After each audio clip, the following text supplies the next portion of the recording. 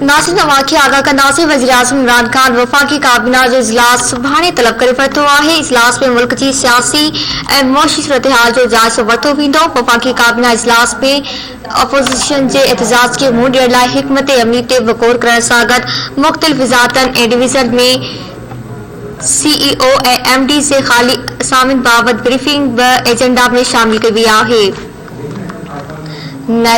National aviation policy 2019 जे कानून में जी मंजूरी बि एजेंडा में शामिल कई वई आहे। कानून में तरमीम लाइ एयरलाइंस एसोसिएशन दरख़्वास्त कई हुई। सिविल एविएशन जे रोल 68 में जहाज़नि जी उॾाम जी ऊचाई बाबति बि गौर कयो वेंदो। काबीना खे मुआशी अंगखरनि बाबति बि ब्रीफिंग एजेंडा में शामिल कई वई।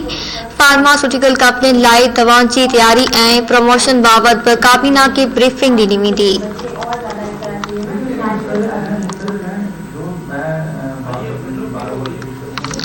आगाह कई विया वाक़िए वज़ीर-ए-आज़म इमरान खान वफ़ाक़ी काबीना जो इजलास सुभाणे तलब करे वरितो आहे। इजलास में मुल्क जी सियासी ऐं मुआशी सूरतहाल जो जाइज़ो वरितो वेंदो। वफ़ाक़ी काबीना इजलास में अपोज़िशन जे एहतजाज खे मुंहुं ॾियण लाइ हिकमत अमली ते बि गौर करण सां गॾु मुख़्तलिफ़ वज़ारतुनि ऐं डिवीज़न में CEO ऐं MD जे ख़ाली असामियुनि बाबति ब्रीफिंग बि एजेंडा में शामिल कई वई आहे।